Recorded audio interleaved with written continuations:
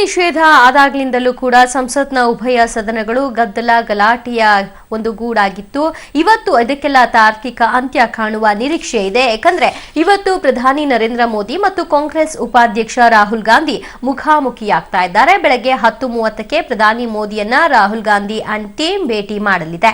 ಭೇಟಿ ಬಳಿಕ ರೈತರ ಸಮಸ್ಯೆ, ನೋಟಿನ ಸಮಸ್ಯೆ ಬಗ್ಗೆ ಚರ್ಚೆಯನ್ನ ನಡೆಸಲಿದ್ದಾರೆ. ಮೋದಿ ಭೇಟಿ ಬಳಿಕ ಮಧ್ಯಾಹ್ನ 12:30ಕ್ಕೆ ಕಾಂಗ್ರೆಸ್ ನಾಯಕರು ರಾಷ್ಟ್ರಪತಿಗಳಿಗೆ ದೂರನ್ನ ನೀಡಲಿದ್ದಾರೆ.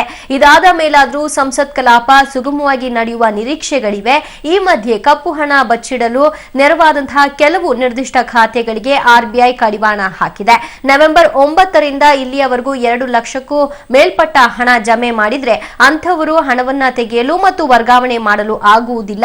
ಹಣಕ್ಕೆ ಪಕ್ಕಾ ಲೆಕ್ಕ ಇದ್ರೆ ಪ್ಯಾನ್ ನಂಬರ್ ನೀಡಬೇಕು. ಪಾನ್ ಕಾರ್ಡ್ ಇಲ್ಲವಾದ್ರೆ ಫಾರ್ಮ್ 60 ಕೂಡ ಒದಗಿಸಬೇಕು. ಜೊತೆಗೆ ವರ್ಷದಲ್ಲಿ 1 ಲಕ್ಷದವರೆಗೂ ಠೇವಣಿ ಇಟ್ಟ ಸಣ್ಣ ಖಾತೆದಾರರು ತಿಂಗಳಿಗೆ 10,000ವರೆಗೂ ಮಾತ್ರ ಹಣ ಹಿಂಪಡೆಯಬಹುದು ಅಷ್ಟೇ.